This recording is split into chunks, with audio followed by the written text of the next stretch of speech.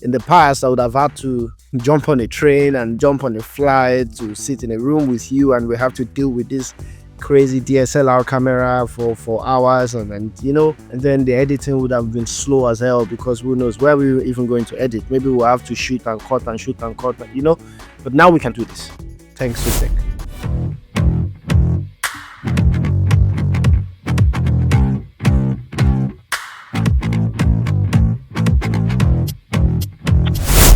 So from space travel to smartphones, we are more connected and capable than ever. But tech fatigue, addiction, and burnout are part of our daily lives. Are we truly empowered by tech or enslaved by it or to it? That's actually a very good question. I have a very simple answer for this.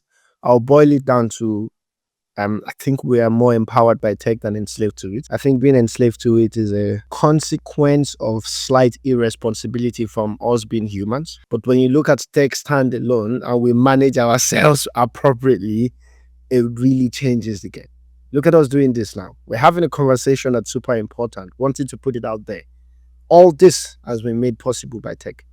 In the past, I would have had to jump on a train and jump on a flight to sit in a room with you, and we have to deal with this crazy DSLR camera for hours, and then the editing would have been slow as hell, because who knows where we were even going to edit. Maybe we'll have to shoot and cut and shoot and cut, but now we can do this thanks to tech.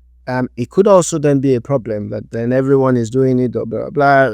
But I just feel like as individuals or as a community or as a group, if we can manage to be a bit more responsible, we have the choice not to be enslaved. It's a difficult choice, because the algorithm, the way the people that actually make money off of our, for example, social media presence, the way they've set it up, they're studying how our brain works and speaking to it directly to enslave us indirectly.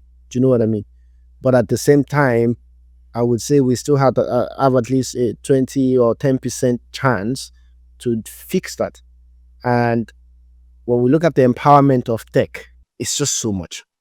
Right? The advantage is just so much that on this one, I would definitely say that we have made huge progress since 1975, and I'm very happy for that.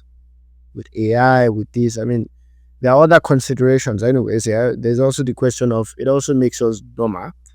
At the moment, we're currently only worried about money concentrating at the top. I think with AI at the moment, we have to start thinking about knowledge also concentrating with a few, because everyone will rely on AI and we don't really think in depth anymore. I was speaking to someone yesterday, and she said that there is an issue. She wants to be a researcher, right?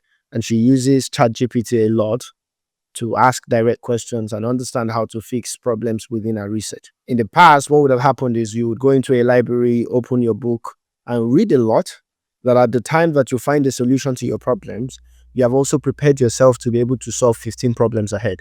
You don't know they're coming, but because you just had to read through to find it. Today, you have ChatGPT. When those 15 problems come, you can pinpoint just those problems, yeah? And the knowledge is not just the same. The expertise development is not the same. So over time, there will be very few people, a niche of people that choose to continue to develop themselves by reading and and the majority will just rely on tech, and we will now have a concentration of knowledge and expertise that would become problematic in the future. That's a prediction anyways. We don't have it yet, but we're moving in that direction, and that could be a negative impact of tech. However, to keep it within 2025 to 1975, I think I'm happy for the tech advancement.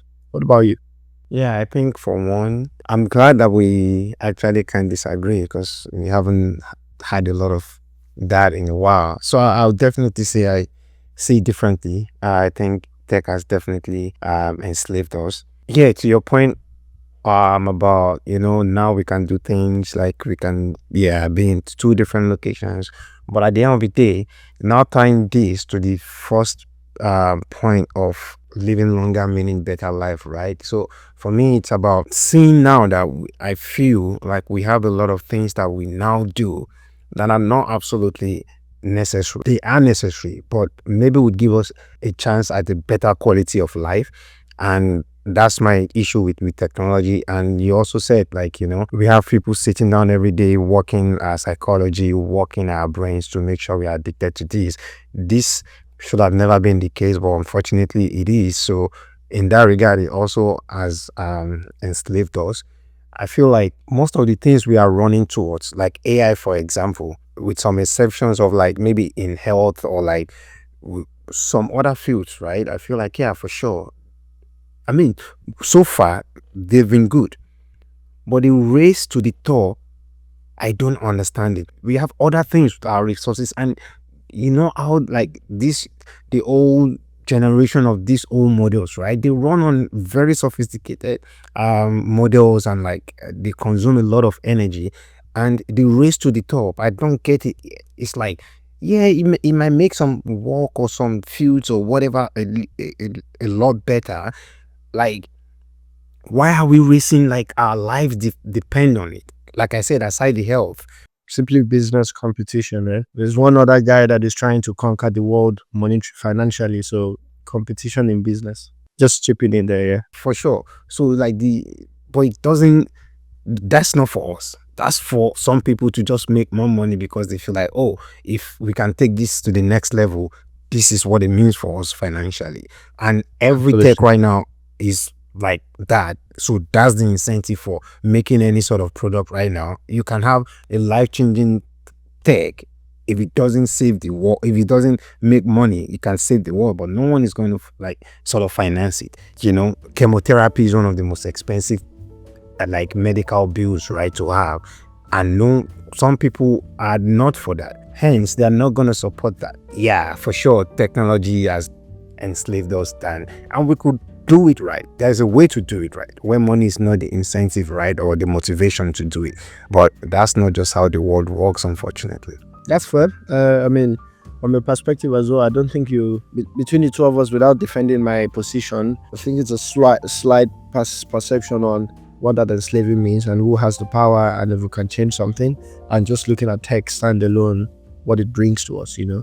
But I think what's more important is see what our viewers will think in the comment section as well. Again, is it empowering the technological advancements since 1975, or has it enslaved us? I'm curious to see what the people think in the comment section.